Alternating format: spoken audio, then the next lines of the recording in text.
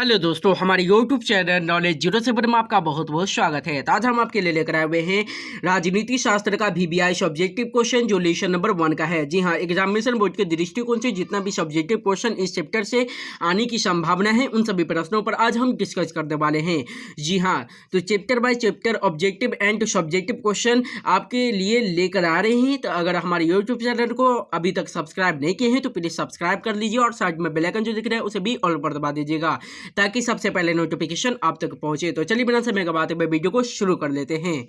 जी हाँ, इस चैप्टर से जितना भी सब्जेक्टिव क्वेश्चन आने की संभावना है एग्जाम में उन सभी प्रश्नों पर आज हम डिस्कस करने वाले हैं। जी हाँ, अगर आप इन सभी प्रश्नों पर अच्छी तरह से पकड़ बना लेते हैं तो आपका इस चैप्टर से एक भी सब्जेक्टिव क्वेश्चन नहीं छूटने वाला है। तो देखिए, क्वेश्चन नंबर 1 कुछ इस प्रकार है। सामाजिक अंतर कब और कैसे सामाजिक विभाजनों का रूप ले लेता है?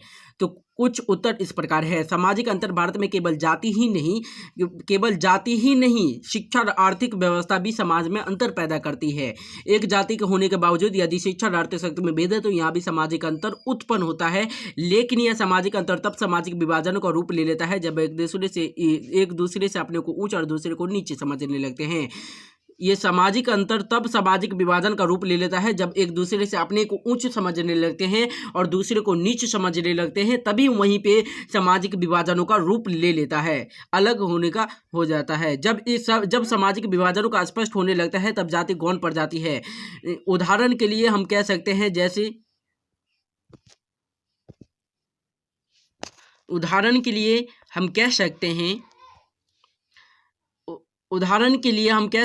जैसी प्राचीन परंपरा रही है, शादी विवाह अपने जाति में ही होती है। उदाहरण प्राचीन जो समय है उससे ही हम लोग को अभी तक चला आ रहा है कि अपनी ही जाति में शादी करना है।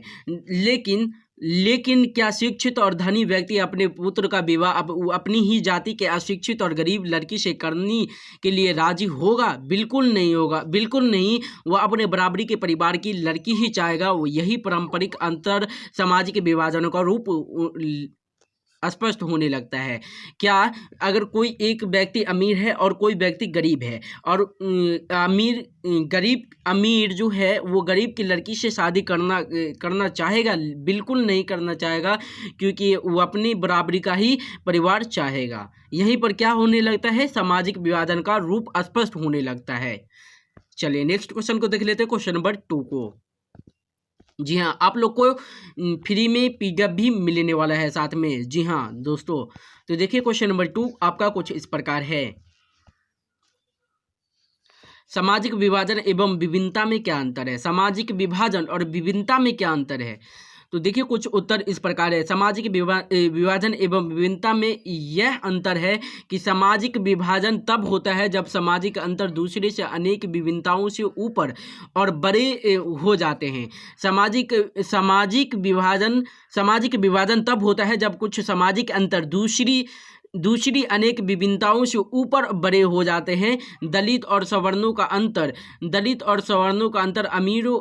अमीरों और गरीबों का अंतर, वंचित और सुविधा प्राप्त लोगों का अंतर सामाजिक विभाजन का रूप ले लेता है। यहीं पर सामाजिक विभाजन का रूप ले लेता है। जब ये विभाजन स्पष्ट रूप से दृष्टिगत होने लगता है तो इन्हें सामाजिक विभिन्नता कहते हैं। जब ये विभाजन स्पष्ट रूप से दृष्टिगत ये दिखने लगता है कि ये विभाजन हो चुका है तो ये किसका रूप ले लेता है? सामाजिक विभिन्नता का रूप ले लेता है। जी हाँ, तो चलिए क्वेश्चन नंबर 3 को देखते हैं।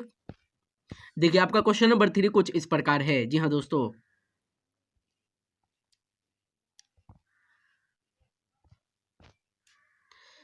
भारत की विधायकों में महिलाओं का प्रतिनिधित्व की स्थिति क्या है? तो कुछ उत्तर आपका इस प्रकार है। भारत के विधायकों में महिलाओं की प्रतिनिधित्व नगण्य है। स्वतंत्रता आंदोलन में जिस प्रकार की भागीदारी महिलाओं की थी, आज विधायकों में उनकी पूछ उतनी ही नहीं है। स्वतंत्रता आंदोलन में जिस प्रकार की भागीदारी महिलाओं की थी, विधायकों में उनकी पूछ उतनी ही नहीं है। कोई राजनीतिक दल उनकी संख्या के हिसाब से उन्हें टिकट नहीं देते। विधायकों में अपनी भागीदारी के लिए महिलाओं वर्षों से संघर्ष कर रही है, लेकिन उन्हें दिलासा के अलावा कुछ नहीं मिलता। कुछ नहीं मिलता। पुरुष प्रधान समाज उन्हें आरक्षण देना ही नहीं चाहते, टिकट देना ही नहीं चाहता है, देना ही नहीं चाहता भी नहीं। जब महिला आरक्षण के लिए बिल आता है तो कभी यह दल और कभी वह दल उसका विरोध करते लगते हैं। विरोध के नए मुद्दे तलाशे जाते हैं। विरोध के नए मुद्दे क्या होने लगते हैं? तलाशे जाते हैं। जी हाँ, चलिए नेक्स्ट क्वेश्चन को देख लेते हैं। क्वेश्चन नंबर 4 को देखिए। आपका क्वेश्चन नंबर 4 कुछ इस प्रकार है।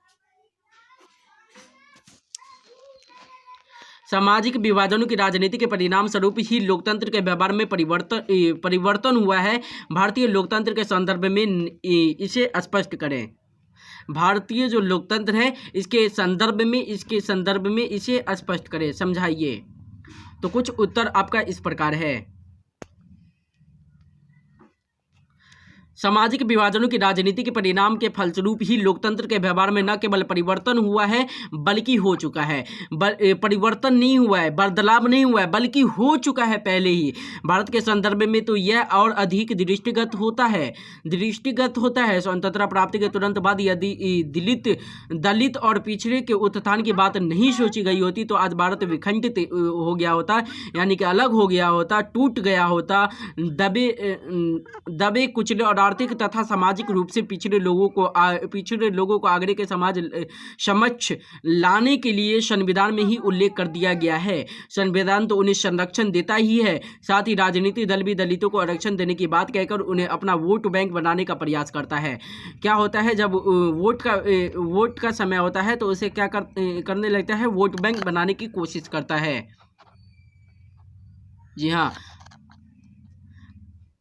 अल्पसंख्यकों की भी कुछ ऐसी ही स्थिति है। इनको भी लुभाने के लिए विभिन्न प्रलोभन दिया जाता है, लेकिन कुछ होता जाता नहीं है। जैसे विधायक या संसद बनने का मौका मिल जाता है, उसकी पारिवारिक स्थिति तो आर्थिक रूप से मजबूत हो ही जाती है। जब वो कोई भी संसद या जो भी बन जाता है तो उसे उसकी जो पारिवारिक स्थिति जो रहता है, गरीबी स्थिति में रहता है, तो और आर्थिक रूप से क्या हो जाता है? मजबूत हो जाता है। पैसा के मामले में समाज में उसे आदर भी प्राप्त होने लगता है, रिस्पेक्ट भी आदमी उन्हें देने लगता है। लेकिन उसी के समाज के अन्य लोग जहाँ के तहाँ ही रह जाते हैं। अगर कोई भी उनके सपोर्ट करता है तो वो जहाँ है वहीं रह जाता है, और जो जीतता है वो उसका पारिवारिक स्थिति भी सही हो जाता है और उसको समाज में आदर भी प्राप्त हो जाता है। तात्पर्य कि आरक्षण का लाभ व्यक्तिगत होकर रह जाता है।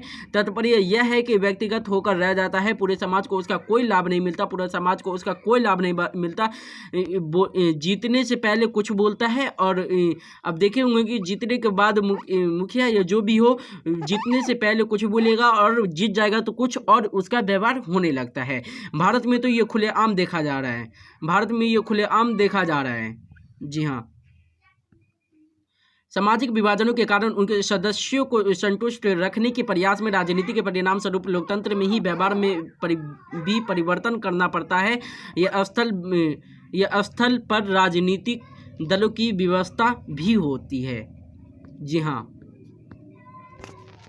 आपके डिस्क्रिप्शन बॉक्स में लिंक दिया हुआ है। अगर आप भी PDF इस चैप्टर का डाउनलोड करना चाहते हैं तो डिस्क्रिप्शन बॉक्स में लिंक दिया हुआ है, आप वहां से आसानी से डाउनलोड कर सकते हैं। तो चलिए नेक्स्ट पार्ट में मिलते हैं।